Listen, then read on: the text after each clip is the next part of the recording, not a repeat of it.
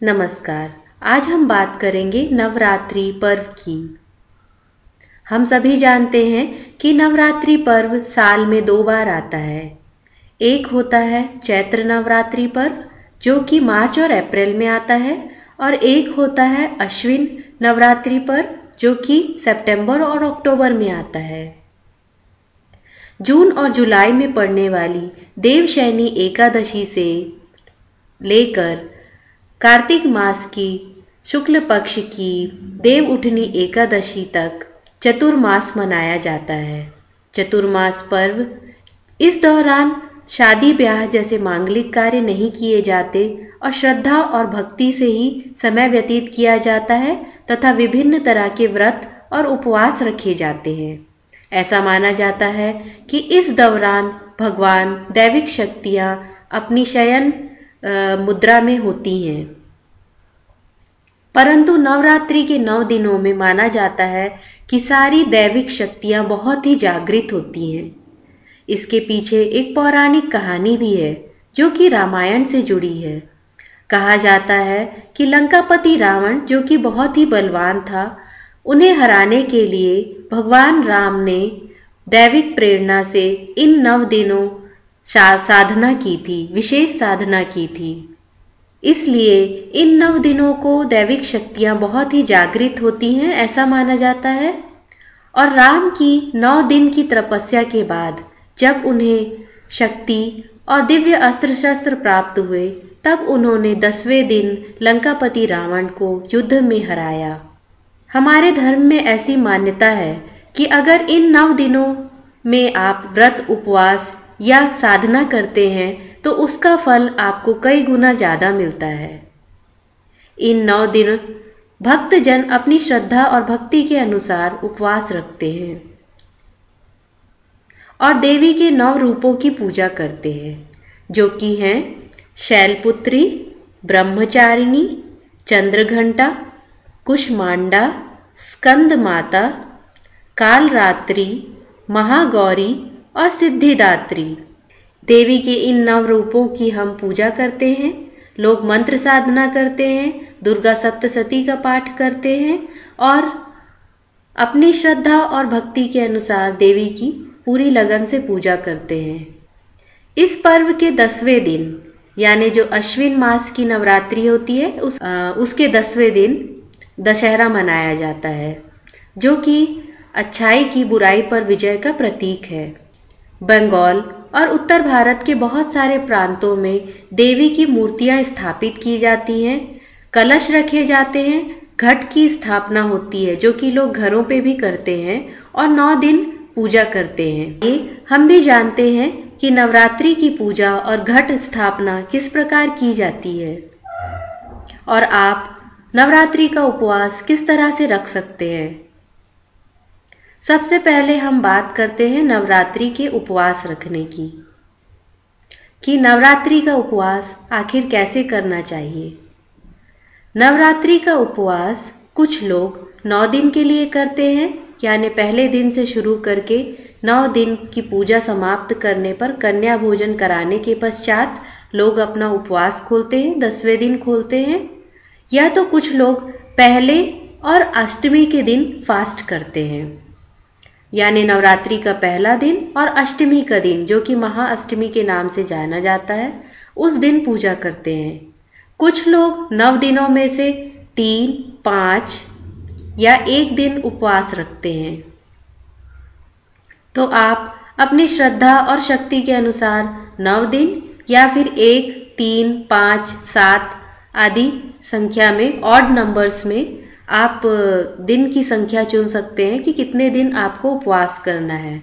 अगर एक ही दिन उपवास करना है तो महाअष्टमी का उपवास श्रेष्ठ बताया गया है। अगर आप 2 दिन उपवास रखना चाहते हैं तो प्रथम और अष्टमी का दिन श्रेष्ठ बताया गया है। अगर यह संभव नहीं है तो 9 दिनों में से किसी भी दिन किया गया उपवास श्रेष्ठ माना जाता है, क्योंकि श्रद्धा ही सबसे महत्वपूर्ण चीज़ है। अब बात आती है उपवास रहना कैसे है। तो कुछ लोग उपवास के लिए फलाहार रहकर रहते हैं, मतलब पूरे दिन में एक बार वे फलाहार लेते हैं और इस तरह से 9 दिन का उपवास वे ऐसी चीज़ें जो कि अन्न से नहीं बनी होती और फलों की होती हैं, या जैसे कि कच्चे फल, या फिर सिंघाड़े का आटा, या फिर भगर, राजगीर, साबूदाना आदि, ये सब फलाहार में आते हैं। इन्हें खाकर लोग 9 दिन रहते हैं। कुछ लोग 9 दिन बिना नमक का खाना खाते हैं, यानी फलाहार में भी वो बिल्कुल भी नमक नहीं डालते हैं। कुछ लोग फलाहार में नमक डालकर, जो कि सेंधा नमक होता है, जो कि उपवास के लिए योग्य माना गया है, वह डालकर भोजन करते हैं। कुछ लोग बड़ी ही कठिन तपस्या करते हैं, यानी सिर्फ लिक्विड लेते हैं, जैसे कि दूध, जूस आदि। कुछ लोग दिन भर उपवास रह के रात्रि में भोजन करते हैं, जो कि बिना प्याज और लहसुन का होता है। कुछ लोग सिर्फ सादा भोजन ही करते हैं, और कुछ ऐसी मान्यताएं भी करते हैं, जैसे कि ज़मीन में सोना, या अपने बाल नहीं कटवाना, या 10 दिनों तक चाय छोड़ देना या कॉफ़ी छोड़ देना। कुल मिलाकर 9 दिनों में आपको संयम का प्रदर्शन करना है। तो लोग अपनी श्रद्धा और भक्ति के अनुसार इस उपवास को करते हैं। आप चाहें तो जूस और फल आदि लेकर यह उपवास कर सकते हैं। कोशिश करें कि बहुत ही सिंपल भोजन करें, या नहीं कि फलाहार के नाम पे कुछ लोग काफ़ी सारे व्यंजन बनाते हैं और खाते हैं। जितना हो सके आप सिंपल रहें, सिंपल भोजन खाएं। अगर आपकी शरीर साथ नहीं देता है तो आप बहुत ही सिंपल और साधारण भोजन करके 2 समय भोजन करिए, पर बहुत ही सिंपल और साधारण कीजिए, सात्विक भोजन कीजिए, जिसमें मांस, प्याज, लहसुन, अंडा वगैरह कुछ भी नहीं होना चाहिए, और श्रद्धा भाव से आप दुर्गा माता की पूजा कीजिए। तो यह तो बात हो गई उपवास की। लोग नवमी तक उपवास रखते हैं, और फिर 10वीं के दिन यानी दशहरे के दिन लोग पूरा भोजन करते हैं। यह बात हो गई उपवास की। अब बात करते हैं घट स्थापना की, जिसे कलश स्थापना और घड़ा स्थापना भी कहा जाता है। यह बड़ा ही पवित्र अनुष्ठान होता है, जिसमें लोग बहुत ही शास्त्रोक्त विधि से करते हैं, और कुछ लोग बहुत ही साधारण विधि से भी करते हैं। पर कुछ नियम हैं जिन्हें सबको पालन करना चाहिए। तो आइए देखते हैं कि पहले घट की स्थापना के लिए आपको क्या तैयारी करनी है। घट की स्थापना के लिए सबसे पहले आप अपने पूजा घर में एक स्थान को साफ करेंगे। वहाँ पर चौकी रखेंगे, लकड़ी की जो चौकी होती है, या जो वुडन प्लैंक होता है, या एक वुडन प्लेटफॉर्म रहेगा, वो आप रखेंगे। उस पर एक साफ कपड़ा बिछा देंगे। उस पर माँ दुर्गा का चित्र रखेंगे। और घट स्थापना के लिए जो आपको चाहिए, तो आप एक मिट्टी की प्लेट, या मिट्टी की एक तस्तरी टाइप की, या मिट्टी की एक ट्रे टाइप की का बर्तन लेंगे। उसमें आप मिट्टी भर देंगे। उस मिट्टी के बीच में आप एक घड़ा रखेंगे। मिट्टी का जो घड़ा होता है, जो कि लोटे से थोड़ा बड़ा रहेगा, वह घड़ा आप रख देंगे। उस घड़े पे आपको मौली बांधना है, यानी मौली जो कि कच्चा सूत होता है, जिसे हम सत्यनारायण कथा वगैरह के आखिरी में अपनी कलाई पर बांधते हैं, वह मौली कहलाती है। इस मौली को लेंगे और घड़े के गले पे बांध देंगे। घड़े को पवित्र जल से भर देंगे। अब पवित्र जल का मतलब होता है, या तो आप किसी पवित्र नदी जैसे कि गंगा, जमुना, नर्मदा और कोई भी अन्य पवित्र नदियों का जल जो है वह आप इस्तेमाल कर सकते हैं, या फिर साफ पानी आपके घर के नल का, बोरिंग का, हैंडपंप का, कोई भी साफ पानी आपको लेना है, और उस साफ पानी को आपको इस घड़े के मुंह तक भर देना है। इसमें आप थोड़ा सा इत्र डालेंगे, थोड़ा सा अक्षत यानी कच्चा चावल आपको लेना है, उसे धोकर उसमें थोड़ी हल्दी मिला लेनी है। इस तरह से यह आपका अक्षत बन गया। तो थोड़ा सा अक्षत यानी 1 चम्मच अक्षत डाल देना है उसमें आपको। फिर आपको इसमें कुछ सिक्के डालना है, जैसे लोग 1 रुपया या 11 रुपए का सिक्का, या फिर आप 2-4 सिक्के डाल दीजिए। तो कितना सिक्के डालना है इसका कोई विधान नहीं है, आपको कुछ सिक्का उसमें डालना है। आप 1 रुपए का भी सिक्का डाल सकते हैं। फिर आपको एक साबुत सुपारी लेनी है। उस साबुत सुपारी को आपको उसमें डाल देना है। इस तरह से इत्र, अक्षत, सुपारी आपको उसमें डाल देना है। फिर आपको आम या अशोक के पत्ते लेना है 5, जिनकी संख्या 5 रहेगी। आमतौर पर ज़्यादातर लोग आम के पत्ते का इस्तेमाल करते हैं, पर आप अशोक के भी पत्ते ले सकते हैं। उस 5 पत्ते को आपको कलश में लगा देना है। उसके ऊपर कलश को ढकने का एक ढक्कन आता है, जो कि आप जब नवरात्रि के लिए कलश का घड़ा लेने जाएंगे तब वह कुम्हार आपको जनरली उसके साथ ही देते हैं। उस ढक्कन से आपको पत्ते के ऊपर रख देना है। अब कलश के ऊपर, जैसा कि हम आमतौर पे देखते हैं, पत्ते साइड से निकले हुए रहेंगे ढक्कन के साइड से, और ढक्कन रखना है आपको। इस ढक्कन पर आप चावल की ढेरी यानी अक्षत जो है, अक्षत भर देंगे। उस अक्षत पे अब आपको क्या करना है, एक नारियल लेना है। कोशिश करें कि नारियल थोड़ा सुडौल रहे और छोटे साइज का रहे, जिसे रैप करने में आपको आसानी हो। और एक रेड कपड़ा लेना है, लाल कपड़ा लेना है, जो कि आप जैसे ब्लाउज पीस आता है उस तरह का, कोई कॉटन का, या कॉटन का जनरली लेते हैं लोग, कॉटन का लाल कपड़ा ले लेना है। उससे उस नारियल में अच्छी तरह से लपेटना है, और लपेटने में मदद के लिए आप उसे मौली से बांध भी सकते हैं। आपको बांध देना है। फिर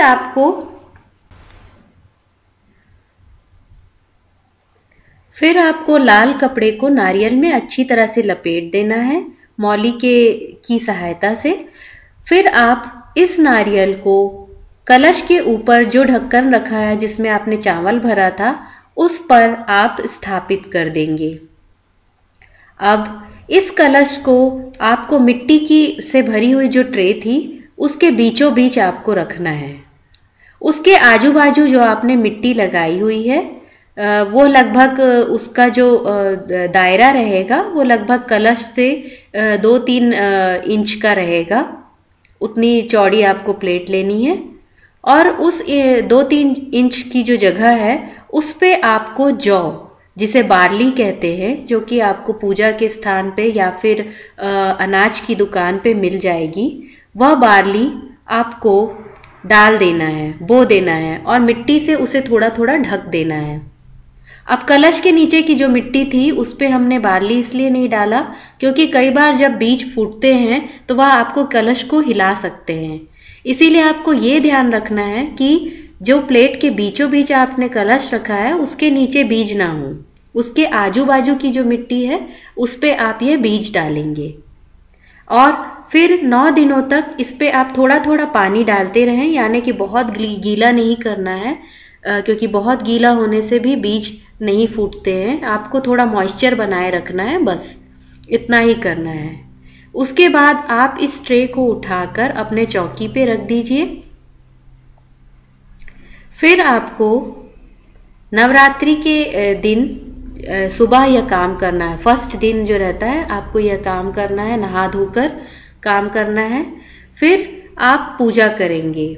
पूजा अगर आप शास्त्रोक्त विधि से करना चाहते हैं तो आप किसी पुजारी की सहायता ले लें, क्योंकि संस्कृत के जो शब्द रहते हैं और पूजा का जो अनुष्ठान है वह शुद्ध रहे तो ज़्यादा अच्छा होता है।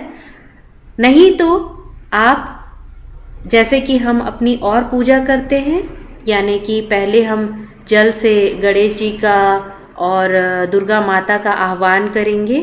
सारे देवी देवता और दुर्गा जी के नव रूप और जितनी भी शक्तियां हैं सबका कलश में हम आह्वान करेंगे।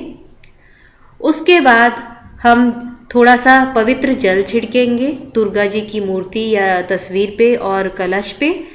फिर हम सिंदूर, मौली और रोली का टीका लगाएंगे, अक्षत चढ़ाएंगे, पुष्प माला चढ़ाएंगे, इत्र चढ़ाएंगे। दुर्गा जी को की तस्वीर पर हम चाहें तो चुनरी चढ़ा सकते हैं। और फिर श्रृंगार का कुछ सामान चढ़ा सकते हैं। फिर हमें भोग लगाना है। भोग में मिठाई का कोई भी रूप हो सकता है, चाहे खीर हो सकती है, लड्डू हो सकता है, कोई भी मिठाई हो सकती है जो कि पवित्रता से बनाई गई हो या लाई गई हो, उस मिठाई को आपको अर्पण करना है।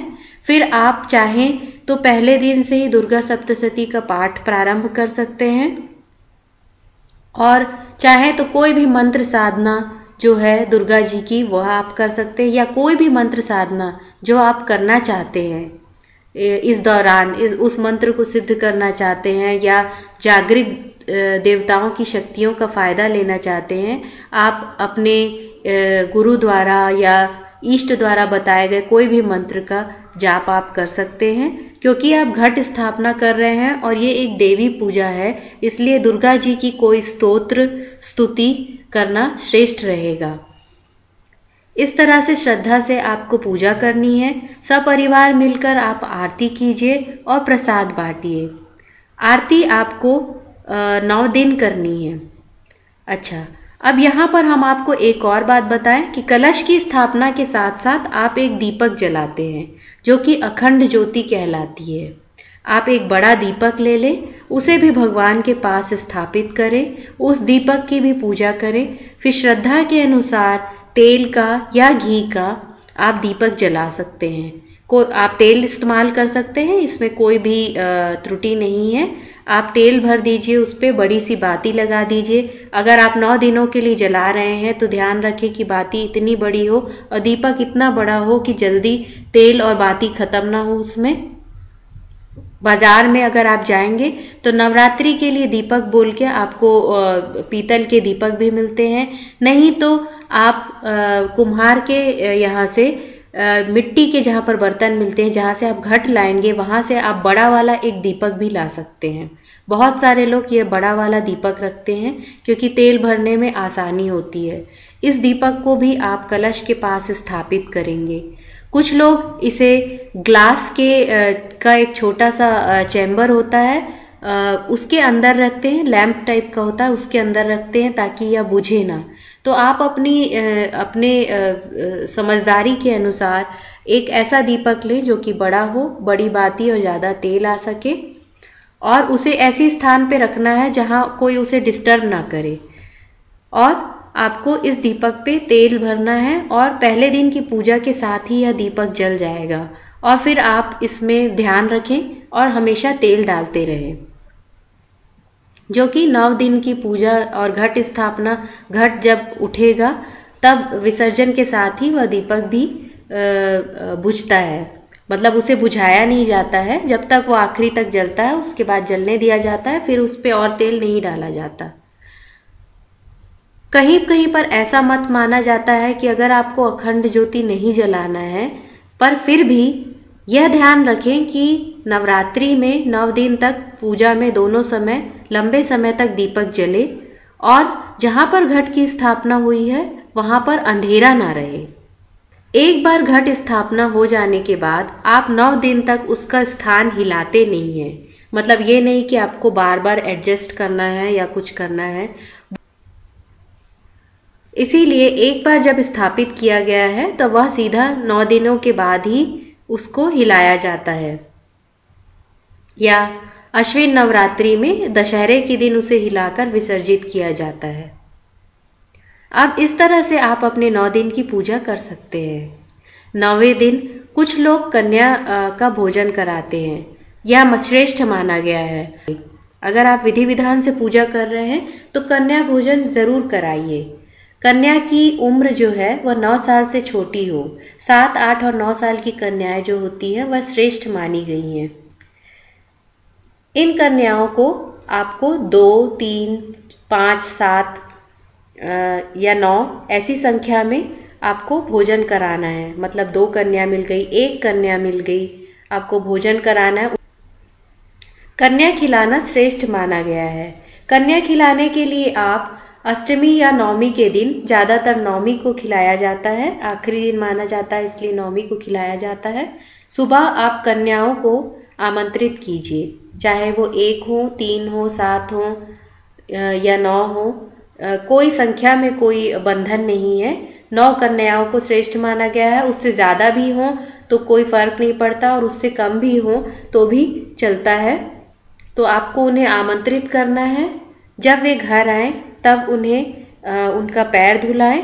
पैर धुलाने के बाद पैर पोंछकर उस पर माहुर या आलता लगाएं, उनको टीका लगाएं, उनको खाने के स्थान पर ले जाकर आदर सहित बैठाएं, फिर उन्हें खाना परसें।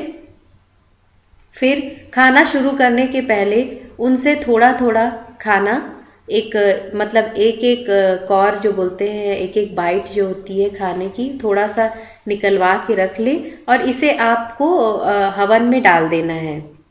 उसके बाद उन्हें भोजन कराएं जो कि सात्विक रहेगा, जो कि जिसमें मांस मछली अंडा इस तरह का कोई भी चीज़ इस्तेमाल में नहीं किया जाएगा।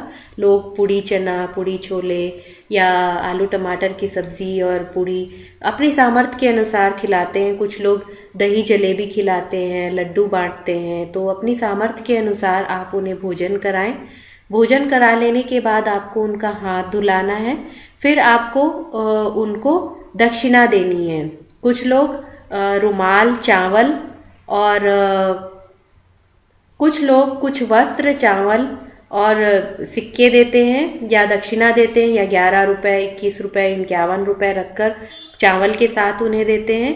और आजकल कुछ लोग गिफ्ट भी खरीद के रखते हैं, जैसे कि कोई पेंसिल बॉक्स है या कोई बुक है, इस तरह का कोई गिफ्ट भी आप उनको दे सकते हैं। थोड़ा थोड़ा चावल दें, क्योंकि चावल का दान श्रेष्ठ बताया गया है, इसलिए थोड़ा सा चावल भी आपको दान करना चाहिए। इस तरह से आपकी कन्या पूजा होती है। कन्याओं का पैर छूना चाहिए क्योंकि उन्हें देवी का रूप माना गया है, और इस तरह से इनकी पूजा करने से देवी प्रसन्न होती है। 9वें दिन की पूजा करने के बाद 10वें दिन आपको पूजा आरती करने के बाद आप अपने घट को स्थान से हिला सकते हैं।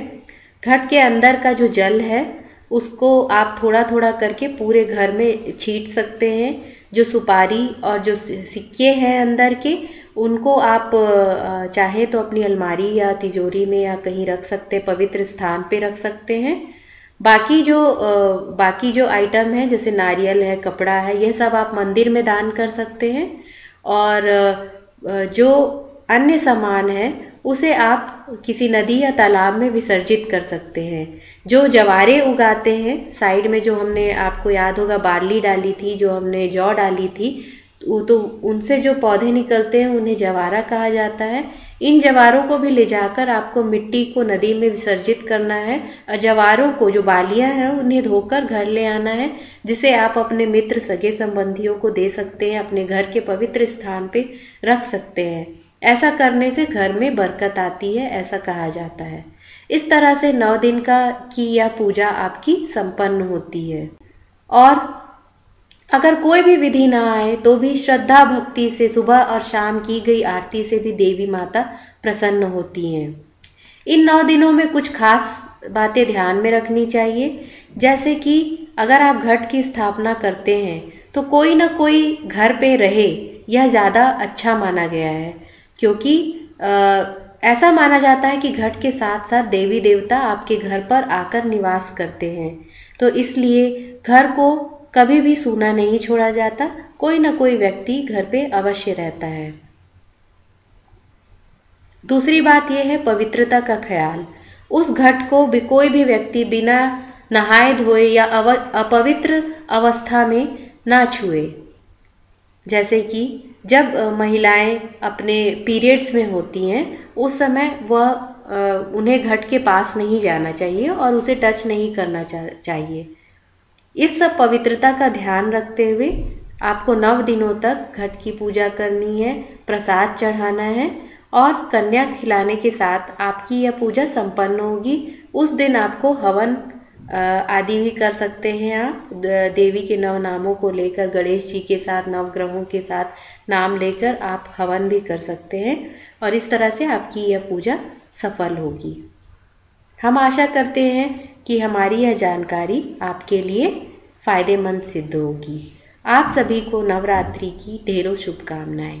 धन्यवाद।